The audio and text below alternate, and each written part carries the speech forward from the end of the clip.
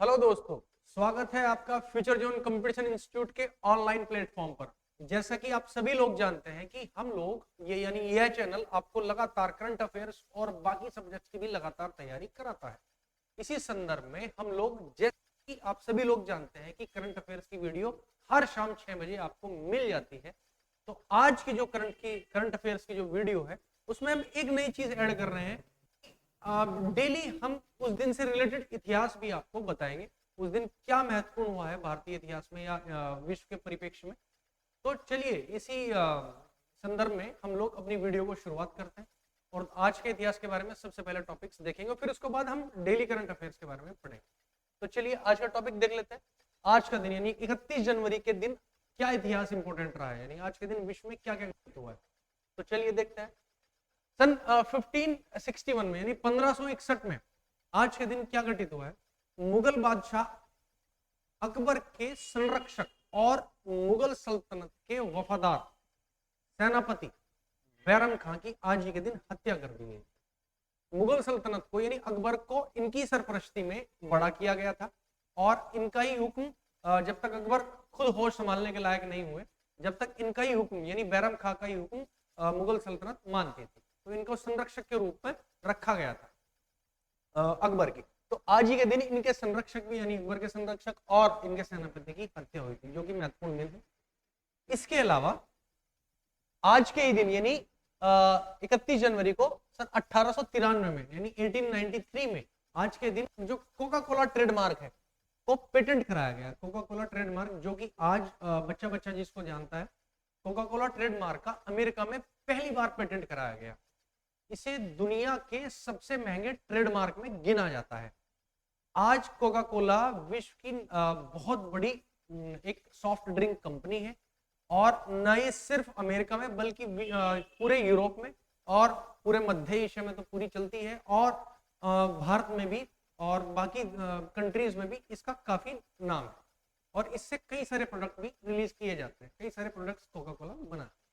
तो आज के दिन ही इसको पेटेंट कराया गया था, तो ये भी आज के इतिहास के रूप में इंपॉर्टेंट बात है। दूसरी एक और बात, 1958 में यानी आज के ही दिन 1958 में अमेरिका ने पहले अंतरिक्ष यान के तौर पर, जिसका नाम था एक्सप्लोरर फर्स्ट, ये पहला अंतरिक्ष अमेरिकी यान था जिसको अंतरिक्ष में भेजा गया। अंतरिक्ष में भेजने के साथ ही अमेरिका ने अंतरिक्ष में जाने के की होड़ में शामिल हो गया और बाकी जो विश्व के जो देश थे जैसे कि रूस हो गया, जापान हो गया और चाइना हो गया, इनकी कॉपी करके, इनको नकल करके बहुत तेजी से अपना नाम भी स्वर्णिम अक्षरों में लिखना चाहते। और आगे देख लेते हैं। सन 2010 में ही आज ही के दिन यानी 31 दिसंबर के दिन ही हॉलीवुड की एक मशहूर फिल्म अवतार ने रिकॉर्ड कमाई की है। लगभग $2 अरब की कमाई का एक नया रिकॉर्ड बनाया फिल्म अवतार ने, जो कि बहुत बड़ी सुपरहिट फिल्म हुई थी। ये सन 2000 की बात है। तो ये जो पॉइंट है यानी ये बात जो है ये आज के इतिहास से संबंधित है। करंट अफेयर्स के बारे में बिल्कुल लगातार वीडियो हम आपको अभी देते हैं, अभी प्रोवाइड कराते हैं। तो शुरुआत करते हैं फिर से करंट अफेयर्स की। तो सबसे पहला क्वेश्चन जो हमारा बनता है वो ये है कि हाल ही में विश्व स्वास्थ्य संगठन ने 21 बीमारियों की सूची जारी की है जिनकी रोकथाम सिर्फ और सिर्फ टीके से की जा सकती है। इसका मतलब सीधा ये है कि अगर हम एक टीके लगवा लिए जाए तो बहुत सारी बीमारी यानी 21 तरह की बीमारियों को कवर अप किया जा सकता है, जिसका मतलब है कि वायरस यानी कोविड-19 की जो बीमारी भी है वो भी टीके से कवर की जा सकती है और हेपेटाइटिस ए, बी, सी और बच्चों में होने वाली बहुत सारी बीमारी जो होती है वो टीके से ही कवर अप की जा सकती है। तो ये क्वेश्चंस अभी हाल ही में पूछा जा सकता है कंपटीशन एग्जाम में कि कितनी बीमारियों के ऊपर विश्व स्वास्थ्य संगठन ने अभी टीके के बारे में जिक्र किया है। तो ये आप देख लीजिएगा। तो चलिए विश्व स्वास्थ्य संगठन के बारे में जान लेते हैं। वर्ल्ड ऑर्गेनाइजेशन, इसकी जो हेड ऑफिस है वो जेनेवा में है यानी स्विट्जरलैंड में है। इसके अलावा जो इसकी स्थापना है वो 7 अप्रैल 1948 में हुई थी और विश्व स्वास्थ्य दिवस वो 7 अप्रैल को मनाया जाता है क्योंकि स्थापना 7 अप्रैल को हुई थी। तो स्वास्थ्य जो इसका दिवस मनाया जाएगा यानी इसका डे मनाया जाएगा विश्व स्वास्थ्य दिवस का, वो 7 अप्रैल को मनाया जाता है। इसके अलावा कंफ्यूजिंग क्वेश्चन और भी आ जाता है यहाँ से कि विश्व मानसिक स्वास्थ्य दिवस किस दिन मनाया जाता है, तो वो 10 अक्टूबर को मनाया जाता है। इसके अलावा अभी हाल ही में एक क्वेश्चन और देख लेते हैं। सत्यमंगलम टाइगर रिजर्व को बाघ संरक्षण के महत्वपूर्ण योगदान के लिए TX2 पुरस्कार प्रदान किया गया। क्या है ये पुरस्कार, इसके बारे में थोड़ा सा हम लोग जान लेते हैं। तो सत्यमंगलम टाइगर रिजर्व, पहले तो हमें देखना पड़ेगा कि ये कहां पर है। ये तमिलनाडु के अंदर सत्यमंगलम टाइगर है। और ये TX2, ये TX2 क्या है, यानी इसका जो मतलब होता है वो टाइगर मल्टीप्लाई बाय 2, इसका मतलब होता है टाइगर मल्टीप्लाई बाय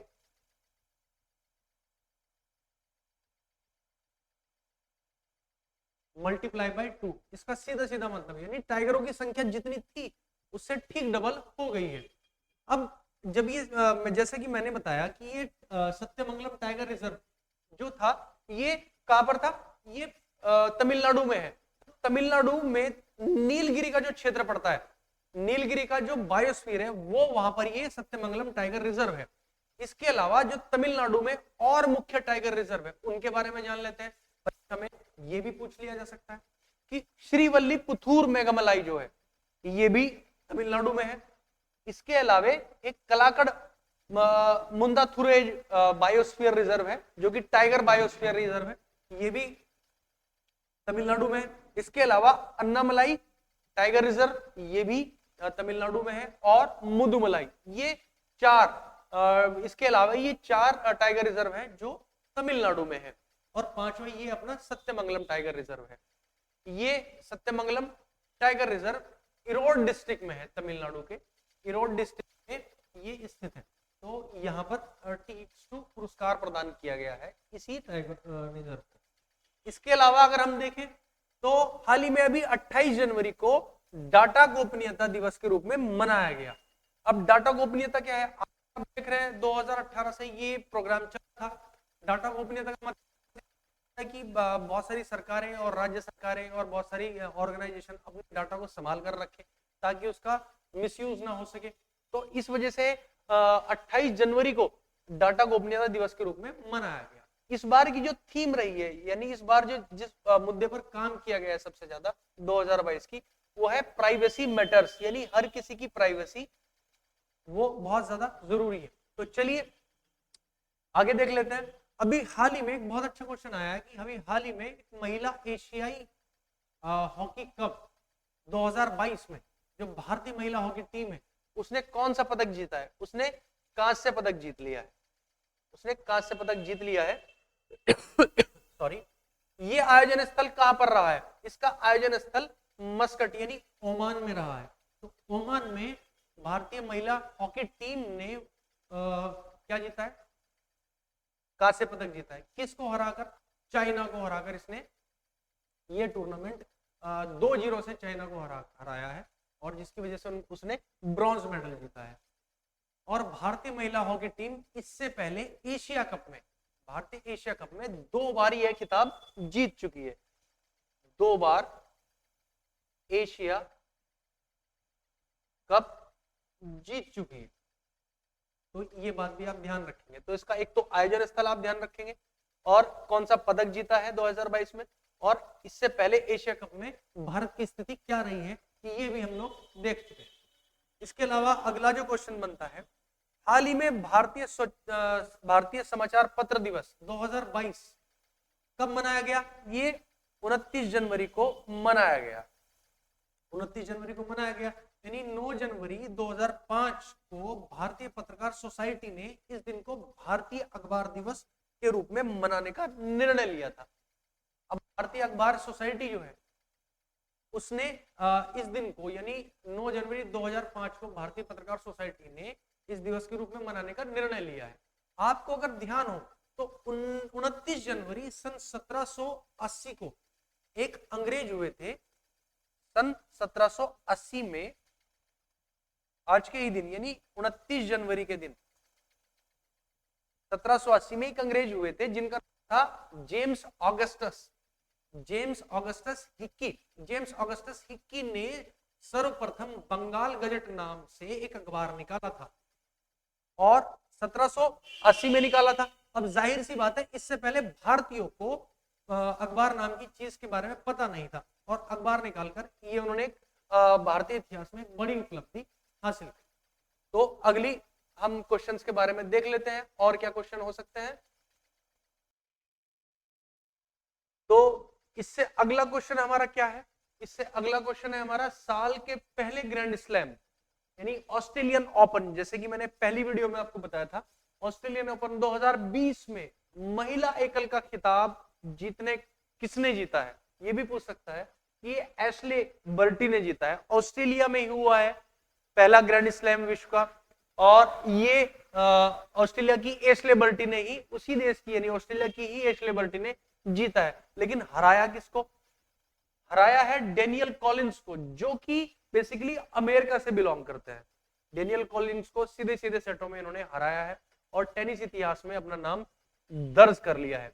इससे पहले जो एशले बर्टी है ये विश्व की नंबर 1 टेनिस खिलाड़ी रह चुकी है और बर्टी ने अपने करियर में यह तीसरा ग्रैंड स्लैम जीता है। तो तीसरा ग्रैंड स्लैम भी जीत चुकी हैं आप और तीसरा ग्रैंड स्लैम भी जीत चुकी है। तो जाहिर सी बात है ग्रैंड स्लैम जीतने में आपको महारत हासिल है और टेनिस में आपका अच्छा खासा नाम है। तो अगले क्वेश्चन की तरफ चल लेते हैं। भारत का सबसे बड़ा इलेक्ट्रिक व्हीकल चार्जिंग स्टेशन कहां पर बना? ये भी पूछ लिया जा सकता है आपको। तो ये कहां पर बना? गुड़गांव में खोला गया है। अब इसकी क्या विशेषता है इसके बारे में डिस्कशन कर लेते हैं। गुड़गांव में तो खोला गया है, ये है इसकी खास बात है कि ये एक साथ 100 चार्जिंग पॉइंट वाला भारत का सबसे बड़ा चार्जिंग स्टेशन है। यानी एक साथ 100 गाड़ियों से के लगभग इसमें एकदम से गाड़ियां चार्ज हो सकती हैं और 24 घंटे में यानी एक दिन में 24 घंटे में लगभग 600 व्हीकल अप्रोक्सीमेटली चार्ज हो सकते हैं। और इसके अलावा अगर देखा जाए तो ये निर्माता किसने, कौन कंपनी है जिसने इसको बनाया है? तो ये है इलेक्ट्रिफाइड प्राइवेट लिमिटेड। तो ये कंपनी है जिसके द्वारा यह बनाया गया। ये पूछ लिया जा सकता है किसके द्वारा बनाया गया है। इसके अलावा अगला क्वेश्चन देख लेते हैं। दुनिया के सबसे बड़े कैनाल लॉक, ये टर्म क्या है? कैनाल लॉक में मैं बताता हूं आपको, का उद्घाटन नीदरलैंड में हुआ। दरअसल क्या होता है, कई बार जब किसी नहर में, जब किसी कैनाल में या कम जगह में, और जब कोई शिप आता है तो शिप आने की वजह से वो कई बार फंस जाता है। जो शिप होता है कार्गो वगैरह वो फंस जाता है। फंसने की वजह से यहाँ पर पानी कम होता है जिसकी वजह से ये फंस जाता है। फंसने की वजह से क्या होता है, जैसे कि स्वेज कैनाल थी, स्वेज नहर थी, ठीक है, तो उसमें बहुत दिन तक एक शिप फंसा रहा।